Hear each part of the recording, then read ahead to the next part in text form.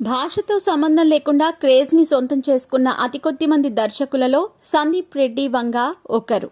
ఒక్కో సినిమాకు సందీప్ రెడ్డి వంగ 2 నుంచి 2.5 సమయం తీసుకున్నా సినిమా మాత్రం అంచనాలను మించి ఉండేలా జాగ్రత్త పడతారు. ప్రభాస్ స్పిరిట్ గురించి మాట్లాడిన సందీప్ రెడ్డి వంగ ఈ సినిమా గురించి షాకింగ్ విషయాలను వెల్లడించగా ఆ విషయాలు హాట్ టాపిక్ అవుతున్నాయి.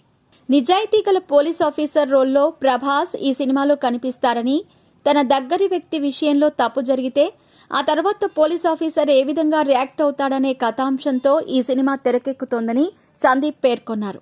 60% స్క్రిప్ట్ వర్క్ పూర్తయిందని, మిగతా 40% స్క్రిప్ట్ వర్క్ ను పూర్తి చేసి సినిమాను సెట్స్ పైకి తీసుకెళ్తామని ఆయన కామెంట్లు చేశారు.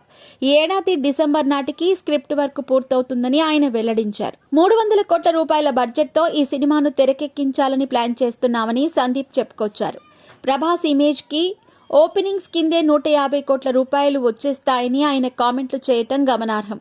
ప్రభాస్ సందీప్ కాంబినేషన్లో ఇండస్ట్రీని షేక్ చేసే కాంబినేషన్ అని ఫ్యాన్స్ చెబుతున్నారు. స్పిరిట్ సినిమాలో హీరో తనను ఇబ్బంది పెడితే ఏ విధంగా రియాక్ట్ అవుతాడనేది హైలైట్ గా చూపించబోతున్నామని ఆయన చెప్పుకొచ్చారు.